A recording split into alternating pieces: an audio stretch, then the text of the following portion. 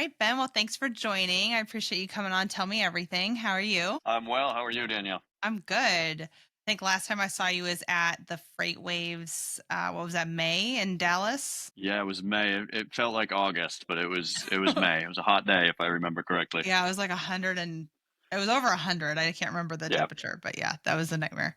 Well, cool. Well, I'm glad you guys are jumping on with me because I know really the rising threats in cybersecurity is like crazy. And I just watched I think it was your last webinar that you guys did with Danny from Overhaul.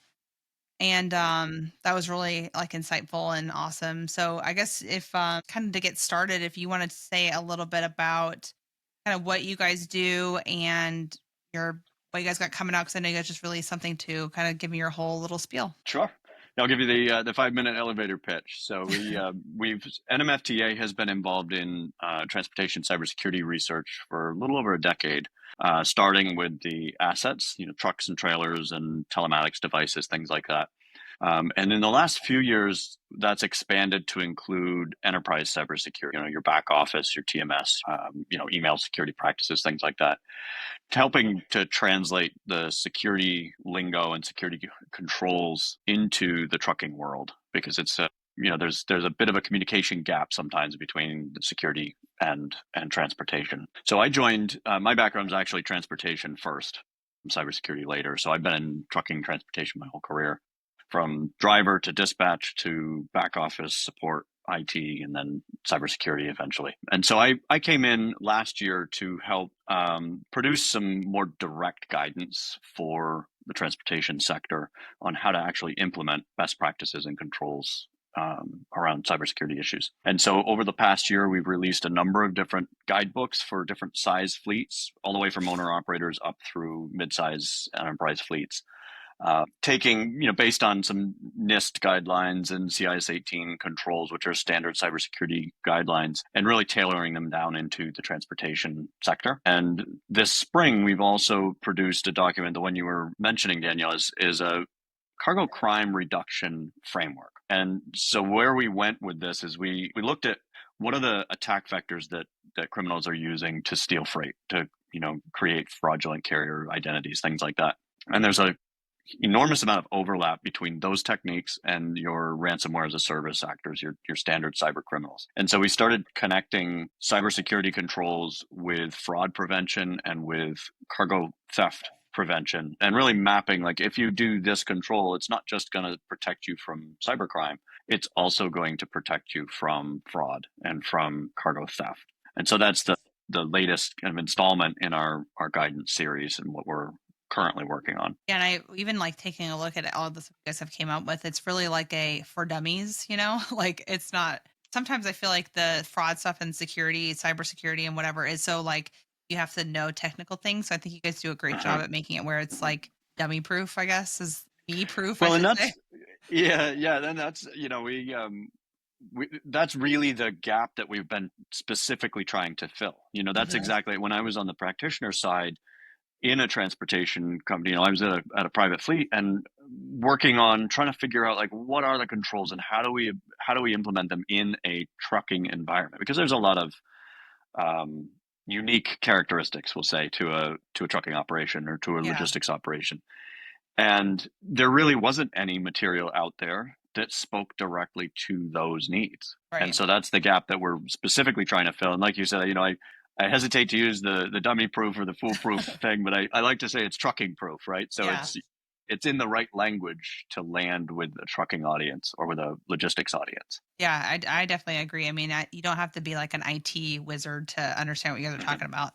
That makes things a lot easier. So I know, Mhm.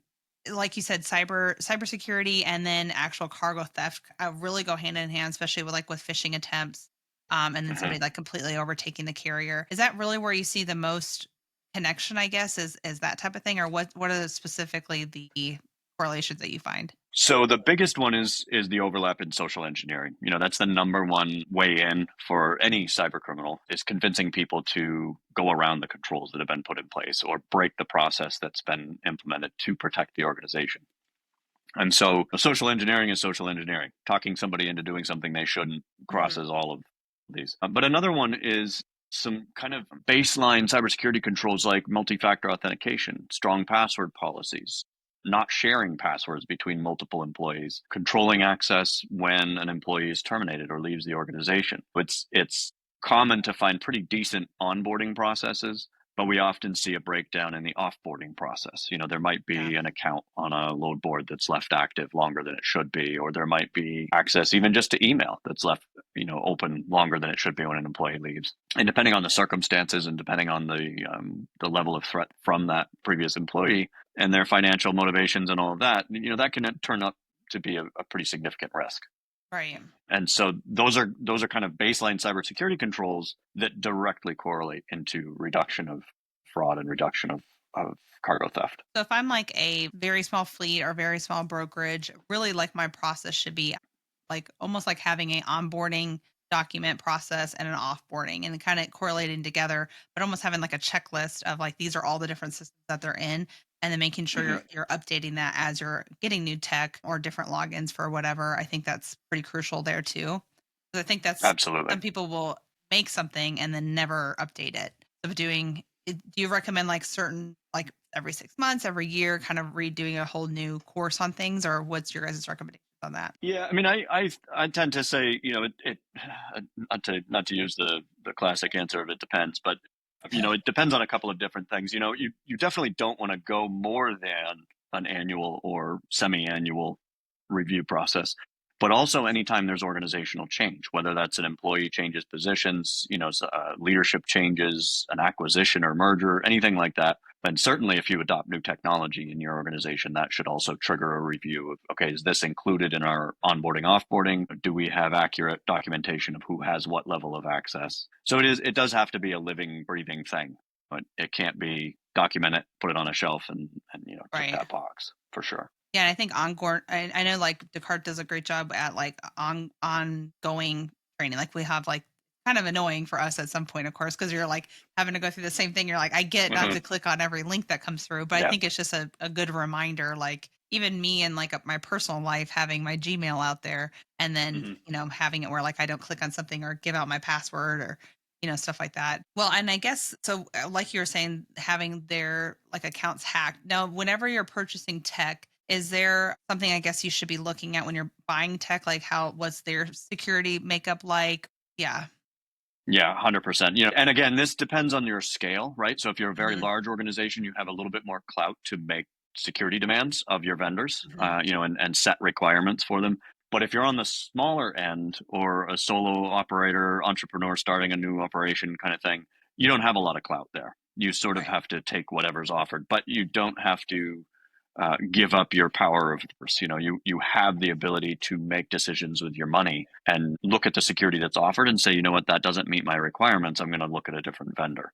So it is really understanding that if you take on a new vendor, you're taking on all of their risk. It becomes your risk. So you have to ask the questions about what are they doing for security controls? Do they have audits? Do they have documentation? Can you see that documentation as far as, what's their last penetration test or their last SOC 2 or whatever they have for documentation, and ask those questions that you are, whatever controls you're setting up internally and whatever your security or your risk appetite is as an organization, make sure that aligns with your vendor's controls. Don't take on a vendor that, security is kind of an afterthought and they're focused on speed and scale and, they're in growth mode. Maybe they're not quite as security oriented as you need them. Don't let the new shiny object syndrome kick in and ignore the security aspect of it for sure. Yeah, I think as being in the tech side, I do see that quite a bit, especially with brand new startups. It's like they're just Hmm. trying to scale everything out, get as many customers as they can, and they're like, I'll worry about that later. Are you Yeah. seeing, I guess, the same like lapse with because there's so many ELD companies out there? I think that's Hmm. to me that's kind of the most scary thing. I think so many people think ELDs are so safe, and if I track via ELD, I'm good, or if I have like my onboarding process, like as a broker, if I'm onboarding a carrier and seeing Hmm. their ELD stuff, I think that's like the number one thing that would be hacked. Are you seeing like things like that with ELDs or? Yeah, I mean, as with any technology that we use in the industry, there's a huge range of quality and there's a Mhm. huge range of technical maturity in the vendors and in the products out there. And so it is really important, particularly with something like your ELDs and your telematics tracking devices and that whole ecosystem of kind of it's bolt-on technology, right? So it's been added to our vehicles, it's been added to our tech stack internally as the technology's been mandated and then been adopted by the industry. Making sure that we understand if and what security controls are in place, and again, do they all have an access portal? Does it offer multi-factor authentication? Is it do you have it set up with SSO into your, single sign-on into your organization's environment? How are you able to control the level of access that different users have? Things like that, it's crucial to minimizing the impact if someone does actually gain access to. It's not having everybody be an admin and not having everybody be able to change settings or modify records. Right. Yeah, so there's definitely some risk there. I think there are some ELD providers and some platforms that do a really fantastic job, and there are some that don't so much. And so asking those questions is important. Yeah, I really like the amount of ELD companies is kind of scary because I think that like MacroPoint was saying that there's over like 500 when I was just talking to them for their integrate, like that's just what they're integrated on. I'm sure there's a lot Mm-hmm. more. So there's Mm-hmm. so many out there. Mm-hmm. I mean, to me, it's difficult to know if they actually do all the things that they should be doing. So what are some like Yeah. questions? Oh, go ahead. Sorry. No, please. I'm more in agreement. Okay. I was just gonna say, so what are some questions like I would like I understand what I guess you're saying, like asking the when's the last time you guys done this and that. But I guess for me as like a regular Joe, I don't understand all those type of things. Is there something more dummy proof? I know I keep saying that, but more like Yeah. non-IT questions that like I could ask that would make me understand exactly what I'm looking at. Yeah, I think, an important place to start is asking your vendor or a potential vendor, number one, is security by design part of their process? Are they secure by design in their development, kind of their approach to development? And then asking questions like, who has access to my instance or my data? How do you control your employee onboarding and offboarding? Do you require multi-form authentication across all of your environment? Is this in shared infrastructure in the cloud? Is this your own private infrastructure? Where is my data going to live? That's another big one. Just because you're buying the software in the US does not mean the data is going to live in the US. And so that's Right. an important consideration is where is this stuff being stored? So, who has access? How do you control that access? Do you require ongoing security training for both your developers and your operations staff, as a vendor? Those kinds of controls are important to inquire about, along with, anything else that's specific to your organization, if you have special requirements. Yeah. So also like with cybersecurity, I guess I think a lot of like ransomware. Do you see that happening a lot with logistics companies, or is it mainly, or do you mainly see that on like the shipper side, or is that even like really a thing in logistics, or is it mainly just the hacking and getting it a thing? No, ransomware is, and the ransomware is kind of used interchangeably with ransomware as a service. But what we see typically in the wild, so to speak, now is very indiscriminate targeting across multiple industries for low hanging fruit, easy targets. So there's a lot of it happening in trucking, transportation, logistics, all the way across the supply chain, from shippers to carriers and everyone in between. And we're seeing a trend that moves away from the old style of we're going to encrypt your data and charge you a ransom to decrypt it, and hopefully actually decrypt it for you, and moving more towards stealing your data and then extorting you for a ransom payment to not release that data publicly. Because as organizations have matured and backup processes have become more ubiquitous across the industry and more hardened against these kinds of attacks, it's not as effective anymore to encrypt you. And so what they're doing is they're stealing your emails, your confidential data, payroll, personnel information, all of that stuff, and then threatening to release it to the public if you don't pay them. And so there's not really any specific type of organization in the transportation sector, logistics sector, that's more a target than any other. And I think that's the real important message: is we all have targets on our backs here. Even if you're a small, 10-person organization, they'll just scale down the ransom they're demanding. It's not like you're less appealing as a target. If you're easy pickings, you're easy pickings. Well, and to me, I kind of think as far as like whenever I'm hearing about actual theft or fraud that's happening and the carrier claims they're not in on it, like I said, Mm-hmm. sometimes I'm kind of like, oh, did you really get paid on the table? And you're just saying you're not.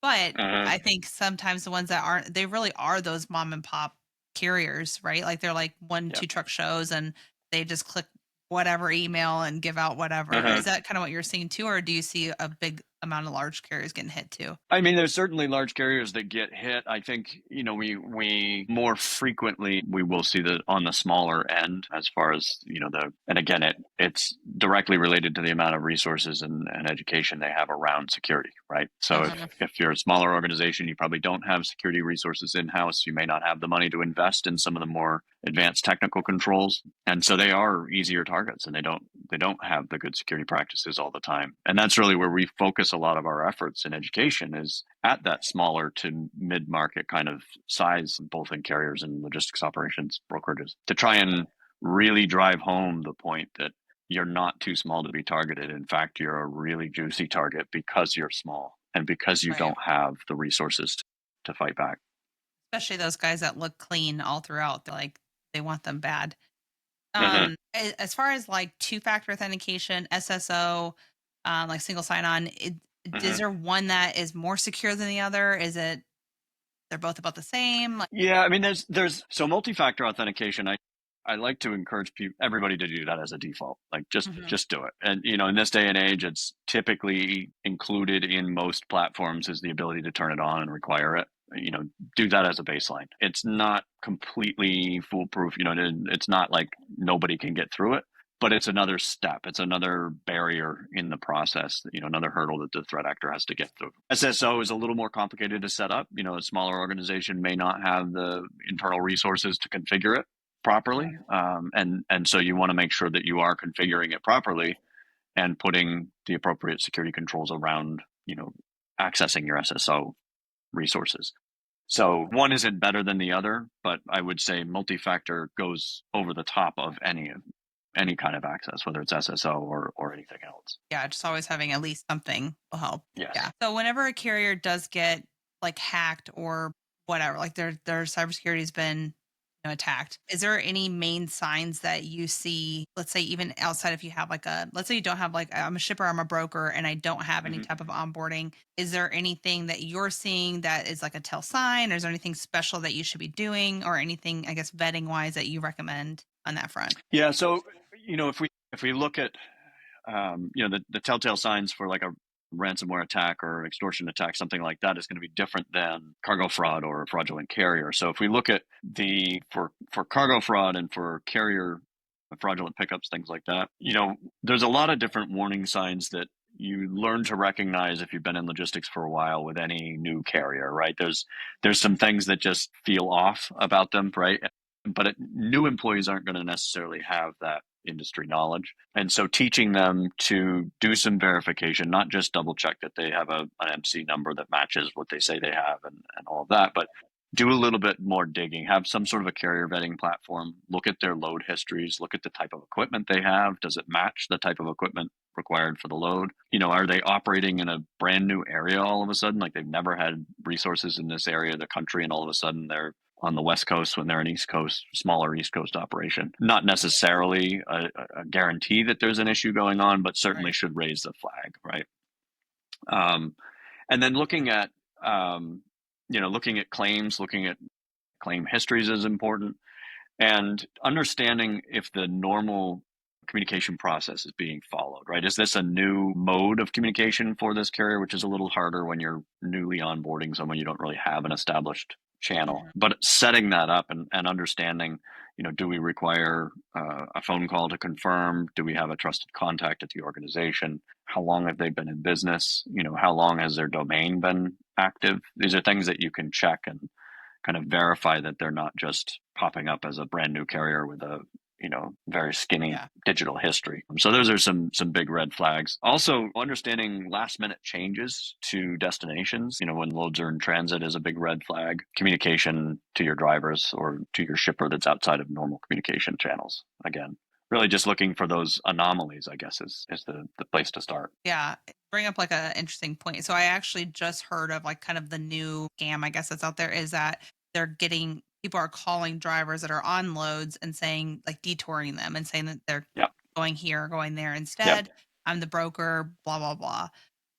Which maybe that doesn't have anything to do with cybersecurity, but that is kind of like a new friend, I guess I'm hearing. And I think, like you said, having like a normal form of communication, even on the driver level, like I Hmm. know if I am going to almost like prior to actually accepting a load or whatever, kind of good health would be to verify, hey, if you do make changes, what is going to be your normal proper channels? How Right. do I two factor authenticate that? Like, should I call you and verify?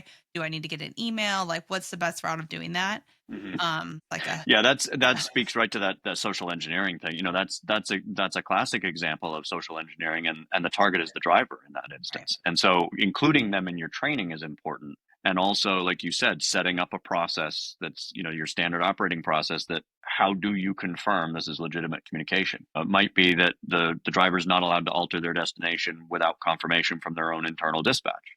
right, If it's a company driver, if you're an owner operator and you're out there and dealing with brokers all the time, you have to be your own vetting team, right? You have to understand, does it make sense that they're calling me? And is this the person I talked to last time? And maybe I reach back out to my contact that I booked the load with and say, hey, I just got contacted to change the destination. Is that legitimate?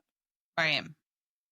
And just understanding, you get into a really gray area of, was the broker legitimate from the get go, though? So you have to be really careful with who you do business with to start out Yeah, definitely. And even like what is interesting, I think to me too, like a blind shipment is with. it's Hmm. wild to me that that's even still a thing. Number one, like I Yeah, understand it, but like with all the fraud, it's like, can we not yeah. come up with a better method of doing this? I Hmm. think the delivery should always be the not the blind part, because I think Hmm. people will have paperwork and then they have to go to like some yard somewhere that a U-Haul backs up to them and they're like, okay, like they said it was a Yeah. blind How do you shipment. how do you know How do you this is verify that? legitimate? Right, right. Right. Yeah, and that's part of, I think, what I see in the industry is that there are a lot of accepted practices that keep us an easy target Yeah. as an industry, right? We have a kind of a soft underside that's not very well protected, and the criminals are starting to pick up on that. I mean, cargo fraud and cargo theft has been a thing since, people have moved Right. shipments from A to B. But in the last, I'd say, since the pandemic era, the early 2020s, a lot more digitization, a lot less in-person communication. A lot of things have gone digital, a lot of things have gone remote that weren't previously, and it's opened up a whole new range of security concerns. And we need to, as an industry, adapt to that change and figure out processes to put in place to, kind of bring back in that relationship dependent trust that we've had historically between brokers and shippers and receivers and carriers, that you kind of knew who you were dealing with to a certain extent. But Right. now it could be anybody anywhere in the world that you're communicating with about a shipment across town. Right. So that has added some complication. So I guess as far as how do I check, I'm a carrier, broker, shipper, how do I check my own security rather than instead of like how do I vet a carrier? How do I check my own security? What are some like good tips on maintaining that from time to time? What are some things we can do? I think the most important thing is understand what you have that needs to be protected, right? Because if you don't have a basic inventory of what you have for technology, for assets, for data, then it's going to be very difficult to put the correct controls in place. So understanding what you have, what you're trying to protect is number one. Understanding what you have for resources available. Do you have the ability to do your security internally, or do you need to reach out to a managed security services provider to help you? Saving money and not paying for services is not necessarily saving money in the long run if you're Right. not able to do proper security internally. And things like, when you think about it as a carrier, or maintaining security around your FMCSA safer portal access, right? So understanding, set a reminder to check that regularly and monitor for changes. Has any contact information changed in there? Put as many hurdles around your identity as possible. Credit monitoring, another huge one. Keep in mind that your attack surface isn't necessarily just your email and your FMCSA profile. Right. It can be setting up a whole new identity using your information. And if you're not monitoring your credit, you may not become aware of that until it's too late. So it's really understanding your entire attack surface, as an individual and as an organization. So there are different recommendations if you're a large company, obviously, and you have internal security staff and all of that, or at a smaller end. But those would be some of the kind of global recommendations. Right. For like everybody. Hmm. So I know you mentioned like the digital history and footprint of like a domain or a website or whatever. Mhm. Is that just something you Google and just say whatever? Or is there a certain website that you recommend on that? Yeah, so you can do it a number of different ways, but it's called a who is lookup, and so you can just go to who is. You can Google who is domain lookup, and you can put in any domain, and it will tell you when it was registered, who it was registered to. You know, a lot of people put privacy controls around, so you won't see the actual person or company that it's registered to. It'll be private, but you can see, hey, this was registered last week, or this has been in place since 1998, whatever. Yeah. It's got some history to it. And really it should align with like their authority date, at least like a little bit prior to, I guess is what it should be, or at least the Close same to it. time frame. Yeah. Yeah, and I mean, if you have a really old established carrier, then maybe they were in business before they had a web persona or digital persona. But yeah, it should certainly be a reasonable correlation between those two dates for sure. What is your take on working with people outside of the United States? So, for instance, we have like with My Care Portal, which is where I work. At My Mhm. Care Portal, they have it where like if a packet's filled out outside the United States, it doesn't necessarily shut everybody down. Like I know some platforms are shutting people down from being able to work outside there, but it does Mhm. give you like red alert, hey, and there's so many dispatching services out there. And I actually talked to the FMCSA and they're wanting to, or not FMCSA, sorry, TIA. They are looking at putting in some sort of laws against having outside, like keeping everything in the United States. In the meantime, Mhm. it can be everywhere. What's your take as far as like working with people outside the United States? Is there something special that checking or, yeah, I mean, if you want to talk about a loaded question, I know. I'm sorry. no, no, that's fair. And it is a concern. Quite honestly, that I think that, like you mentioned, it doesn't need to be a full stop, pull the ripcord, we're not doing business, but it definitely bears some additional scrutiny. Why are you utilizing resources outside of the US? What are the security controls around them? How well are they vetted? Are they subject to the same security requirements as your internal staff is, the trading partner? Um, and it really comes down to a business decision. Do you want to take that risk on? Mhm. You as a broker or as a carrier can make that decision. Just like choosing to onboard new technology, you can decide who you do business with. And my best advice is always, if it doesn't seem right, it's probably not right. Right. If something seems off about it, even if the right answers have all been given, you need to trust that those red flags are there for a reason. Yeah, I think So it's if you're choosing to do business with people that offshore, it's again, there's a hundred legitimate reasons to do it. There's also 100 flags that can pop up around it that you want to listen to as well. So deeper vetting and trust your instinct. yeah, I think the trusting your instinct is huge. Like I think even as a brand new rep, like I remember hearing stuff and you're like, I don't know. Like I feel like you always have those instincts, but it's like, what do you ask further and stuff like that. And that's kind of Mhm. knowing, having some history in the industry to know what to ask and stuff like that. I think it's really important around training for new employees also to bring that up and to say, to give them a proper escalation channel and Right. to say, if something seems off, this is who you contact. This is the playbook that you initiate, whatever your internal process is. But make sure that that's part of their training. Don't just train them on, how to generate revenue and make sales. It's really important to tell them, to slow down, to follow processes. And if something doesn't line up, how do you escalate and who do you escalate to? Right. I've actually seen some people where they actually have like an incentive program where if you do bring things up and you do catch somebody or whatever, that you get like a lunch or something. Like you have some I love sort of that. incentive for, yeah, for making it where it is aware, because I think there's so much incentive between, especially like getting the rate down or making X amount of profit. There's so much incentive there that I Mhm. think there also needs to be incentive behind you took the extra step and asked those type of questions. Or even like I used to work at a call center for a telephone company forever, and we were had our calls monitored. So if you are at an Mhm. organization where you're monitoring calls, even having those like random checks on the calls and then seeing like did they actually follow your process, and then giving Yeah. awards that way too, I think is huge. I encourage that across, not just with fraud monitoring, but from a cybersecurity perspective.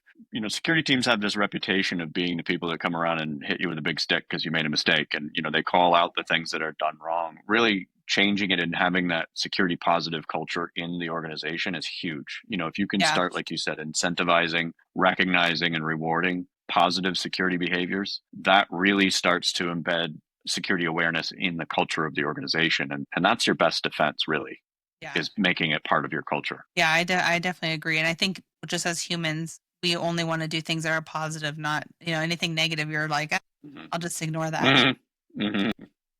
So I guess last question I have, and then we can keep talking if you want to. But last question I have is about like spoofed emails, spoofed phone calls, kind of somebody totally masking themselves as somebody else. I think that's something that people are getting better and better and better at. Like I know Mm-hmm.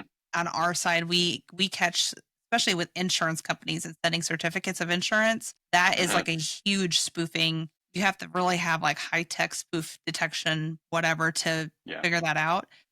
As like an average Joe, what is some things you can do to try to catch that, or what do you think on that? So for spoofed email, there's the easy, I say the easy ones, but there's the ones where the address that it says it's from doesn't match the actual address that you see it coming from. Those kinds of emails are the older scam emails or spoofed emails that most reasonable email security applications are going to catch and Hmm. flag.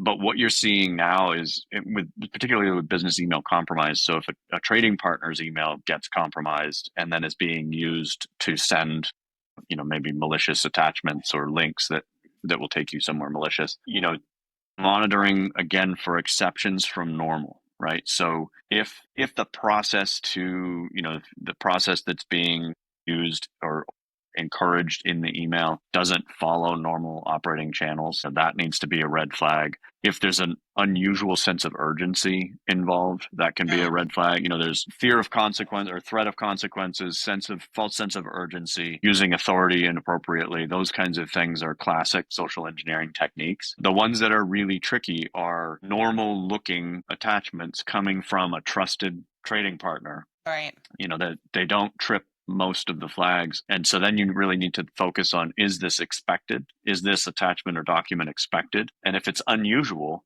pick up the phone and contact the person that supposedly sent it and say, don't call a number from the email, don't click on a link in the email, but actually reach out to the trading partner and say, hey, I thought we just filled this out recently. We just got another request to fill out this, this document or whatever the specifics are, but not being afraid to just reach out and confirm in another channel before clicking on a link or downloading an attachment, because they are getting harder to spot. And with AI and large language model generation and the grammar and punctuation and spelling issues that we used to see, they don't exist anymore. Right. That's par for the course to have it look and sound right. But the same thing with phone calls, phishing, voice phishing, understanding, just having processes in place to confirm, especially if it's around changes to banking information, changing destinations or load payment information, having a process in place to have another layer of checking on any of these changes, and don't just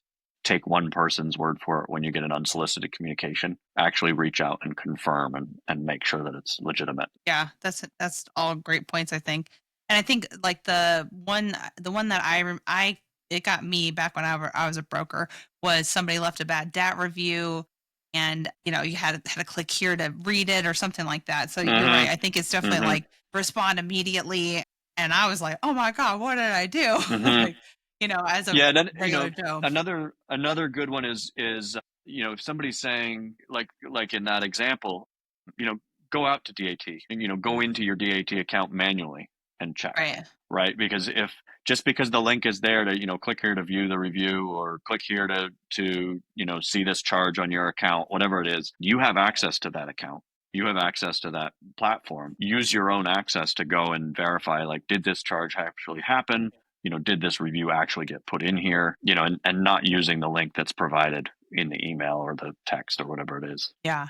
No, definitely. And I think that goes like with every email you ever get, right? Like if it's for your bank or whatever, like that's just kind of Mm-hmm. a good way to. I actually just taught my grandparents about that because bless their hearts, they Yeah. keep getting hacked. Like, oh my god. Yeah, like, I mean, everybody's seeing the tolls, your unpaid tolls and Oh traffic yes. tickets, texts. I mean, those are huge. That's a whole platform you can rent for a very small fee, monthly and send out to tens of thousands of people these scam texts. So that's Yeah. one of those kind of economies of scale in the criminal world that we're seeing all the time. But as Right. far as email, I mean, if we could do away with email and still do business, I would be perfectly happy. Something like Right. 90% of breaches start with an email.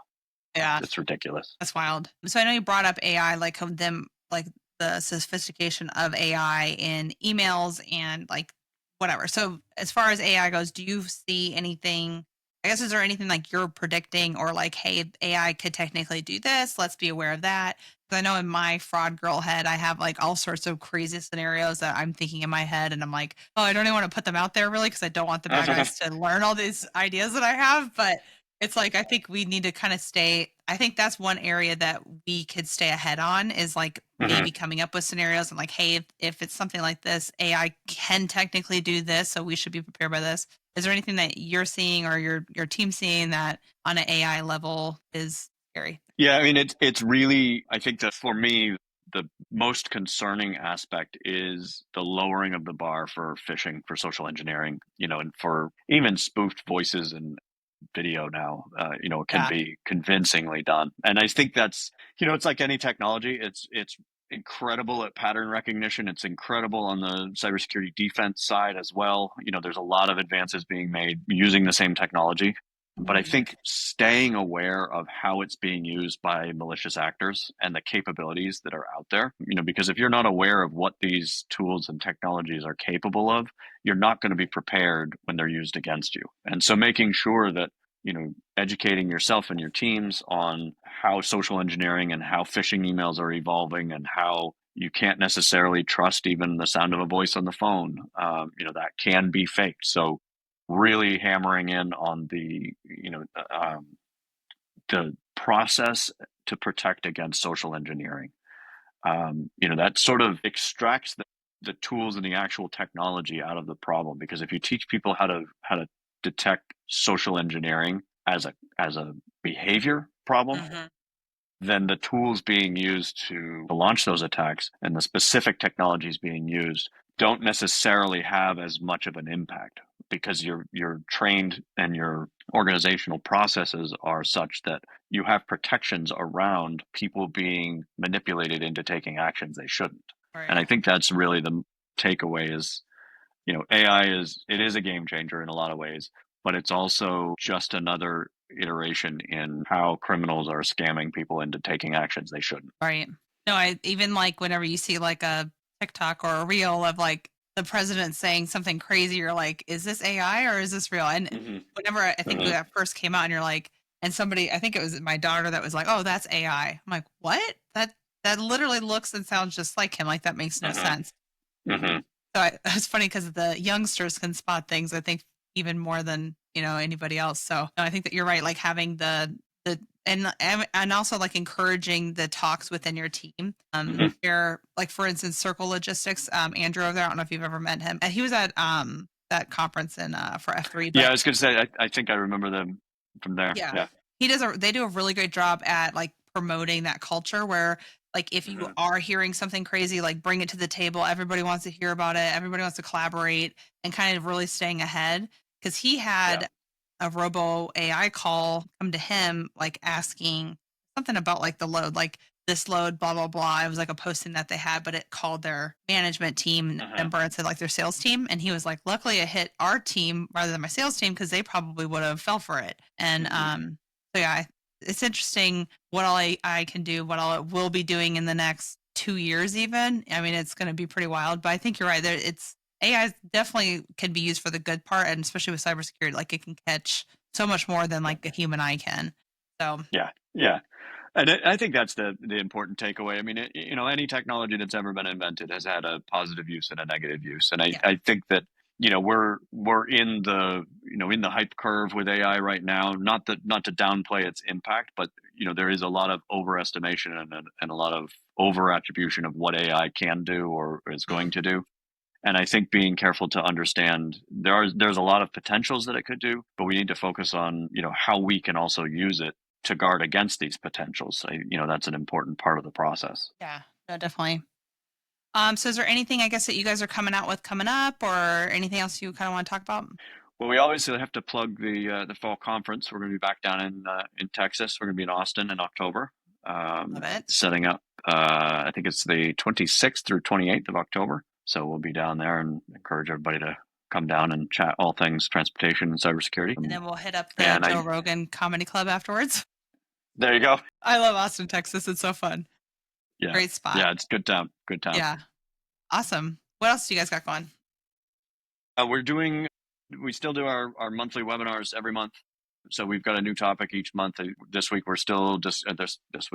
we're still discussing the cargo crime, the kind of that crossover between cybersecurity concerns, cargo crime concerns, and we'll be continuing to push that through, all the way through the conference. We've got some cargo fraud experts at the conference this year, so that will be kind of part of that narrative. Very cool. Yep. So looking forward to that. Awesome. Well, I guess we'll close out. And where can everybody find you and find your company and all that jazz? Yeah, we're all over LinkedIn. We're also, nmfta.org/cybersecurity. Can reach out to us there. We have a lot of, the guidebooks are all free. The cargo crime reduction framework is free. It's, it's available for anyone to download and implement in their organization. Yeah. And I think that's a good point to emphasize, is that everything was free. Like, even whenever I went to go look for all the webinars, I was almost surprised that I could just see everything. Because a lot of times you have to pay and do this, Yeah. or have a login or whatever. And so learning all that stuff without having to jump through hoops, I think you guys are serving a huge, huge need in the industry, because a lot of people, like you said, the smaller fleets, they don't pay for things like that. So I think it's important to educate. Yeah, we're all very passionate about, moving the needle in the industry. And, the way to do that is to provide education with as little friction and barrier as possible. So that's really what we're about. You guys are killing it. I love it. Well, thanks so much for joining. And I will, talk to you soon. Hopefully see you soon at one of the conferences. I'm hoping to come to your guys' conference in October. I'm still working out my schedule. I know I'm trying to work everything out. I think I have 6 more I got to go to this fall. Anyway, so trying to work you guys in. We'll see. Awesome. Well, hopefully we'll see you there.